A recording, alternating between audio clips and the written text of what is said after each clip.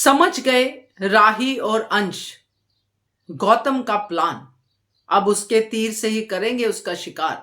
नमस्कार दोस्तों, स्वागत है आपका आपके अपने चैनल हंग्री स्पिरिट्स में। हंग्री स्पिरिट्स देख रहे सारे दर्शकों का मैं अंजू शर्मा दिल से स्वागत करती हूँ। तो राही अब अनुपमा वाले दिमाग से सोचना शुरू कर चुकी है। गौतम क्या है, गौतम क्या कर सकता है, किसी और के दिमाग में आए या ना आए, मगर अनुपमा के बच्चों के दिमाग में आ गया। राही ने कुछ सेकंड्स में ही अंश के सामने गौतम का सारा प्लान रख दिया कि गौतम ही कर सकता है, उसी का फायदा है। तो अब गौतम ने जो किया है, जीतू को फंसाया, जो भी इमोशनल ब्लैकमेल किया, जो भी मदद की, जो कुछ भी किया, अब वहां तक पहुंचना तो पड़ेगा। तो बात करते हैं इस सीन पे, क्योंकि ये सीन बहुत ही उम्मीद वाला सीन था, होपफुल सीन। तो पहले वही निवेदन, जिन्होंने अभी तक चैनल को सब्सक्राइब नहीं किया है कर लीजिए, साथ में दोस्तों बेल आइकॉन दबाइएगा ताकि आपको हमारे वीडियोस के नोटिफिकेशन मिलते रहें। अब यहां पर बहुत ही बढ़िया तरीके से प्रेम रिलैक्स और ये साबित करता हुआ दिखाई दिया कि हमने चोर को पकड़ लिया है, और वो है जीतू भाई, यानी कि इनके वफादार जो 20 साल की से इनकी सेवा कर रहे हैं, जिन्होंने कभी भी शोरूम में से एक हीरे का कण तक नहीं चुराया है। आज उन्होंने इतना बड़ा घपला कर लिया और बहुत ही आसानी से सब लोग मान भी गए। नहीं मानी तो राही, क्योंकि राही की नजर इस पूरे के पूरे सीन में गौतम की तरफ ही थी। उसके बदलते हाव भाव, माही के बदलते हाव भाव राही से छुपे नहीं। राही समझ गई कि ये घोटाला है भाई, जीतू को फंसाया जा रहा है। इसलिए बहुत अच्छा किया राही जो बीच में नहीं बोली। प्रेम ने जरूर कहा कि हमें तुम्हारी टिप्पणी नहीं चाहिए गौतम, और हैरानी इस बात पे होती है कि गौतम का हौसला तभी बुलंद होता है जब ऐसा कुछ केस सामने आता है। तभी वो अंश का नाम बार बार लेता है। कल वाले एपिसोड में भी लिया कि अंश की ही तो देखरेख में था, आज भी लिया। और ये पूरे परिवार को, यानी कि कोठारीज के लोगों को समझ में नहीं आता कि ये बार बार हर बार अंश का नाम क्यों ले रहा है। और ये सबको पता है, पूरा खानदान जानता है कि ये कोठारी परिवार में सांप है गौतम, और सांप बढ़ चढ़ के फिर से वही काम कर रहा है। इनको समझ में नहीं आता, मगर अनुपमा की बेटी राही को समझ में आ गया। जैसे ही उसने अंश के सामने पूरा विवरण रखा, पूरा एक्सप्लोर किया, तो अंश भी समझ गया कि इसका फायदा तो सिर्फ गौतम को है। मुझे बदनाम करना, कोठारीज को बदनाम करना, ये दोनों गौतम के ही हो सकते, यानी कि अंश का पत्ता साफ करना, ये दोनों इसी की चाल है। मतलब इसके मोटिव इसमें दिख रहे हैं, और किसी का मोटिव है ही नहीं। मगर मोटिव तो है, वो मोटिव जो गौतम समझ गया ये लोग नहीं समझ पाए।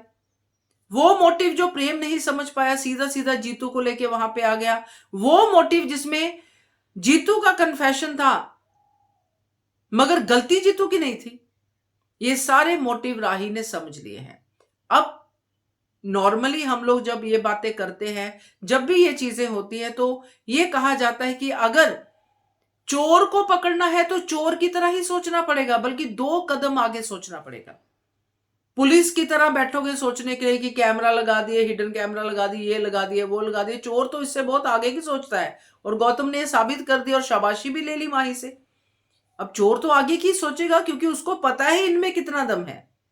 ज्यादा से ज्यादा क्या ही कर लेंगे, जहां पर चोर बैठा है वहां पे तो सेफ इन्होंने खुद लाके रख दी है। अब चोर को इतनी मेहनत करने की जरूरत क्या है, और सेफ के इर्द गिर्द कोई कैमरा नहीं है।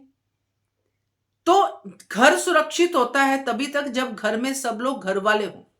जब घर के अंदर आप चोर को भी इनविटेशन देके बुला लें, बाजू वाले कमरे में सुला लें, और फिर सोचे कि हमारा घर सुरक्षित है, तो ये मूर्ख लोग ही करते हैं जो कर रहे हैं। अब ये जो गौतम ने पूरा प्लान किया है, जो जीतू को फंसाया है, जीतू की कमजोरी का फायदा उठाया है। अब जैसे कि राही ने कहा है जीतू के बारे में भी कि ये सच नहीं है, ये कुछ गड़बड़ है अंश। अब राही भी उसी रूट से पता करेगी, क्योंकि एक के बाद एक सबूत गौतम के खिलाफ मिलेंगे। राही पता करेगी, क्योंकि राही ने यहां पे कहा कि अगर इनको पैसों की जरूरत होती तो ये हीरे बेच सकते थे, मगर इन्होंने हीरे बेचे नहीं, मतलब पैसों की जरूरत नहीं है। कि पैसे के लिए जीतू भाई नहीं बिके हैं।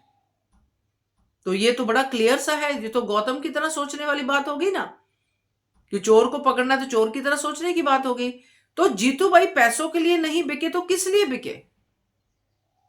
क्योंकि बिके हैं ये तो राही कंफर्म सोच रही है। अब ये बात पता की जाएगी, राही पता करेगी, और फिर जब सबके सामने आएगा जीतू सच लेके, और साथ में वो भी सीसीटीवी फुटेज, ये सब कुछ होगा, क्योंकि गौतम इतना माहिर है कि उसने ना सिर्फ वो सीसीटीवी बल्कि हिडन कैमरे की सीसीटीवी भी उसको पता है कि ये होगा, और तू हिडन कैमरा के सामने ही बॉक्सेस खोलना। मतलब तारीफ तो करनी पड़ेगी भाई, शाना विलन है।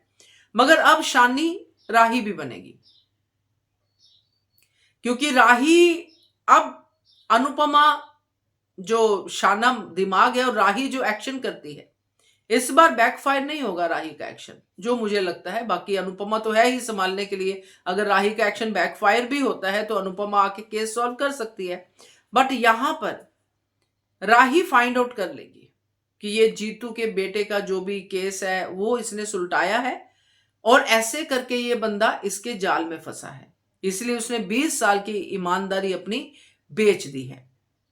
तो जब ये सच सामने आएगा तो फिर गौतम का क्या ही हाल होगा।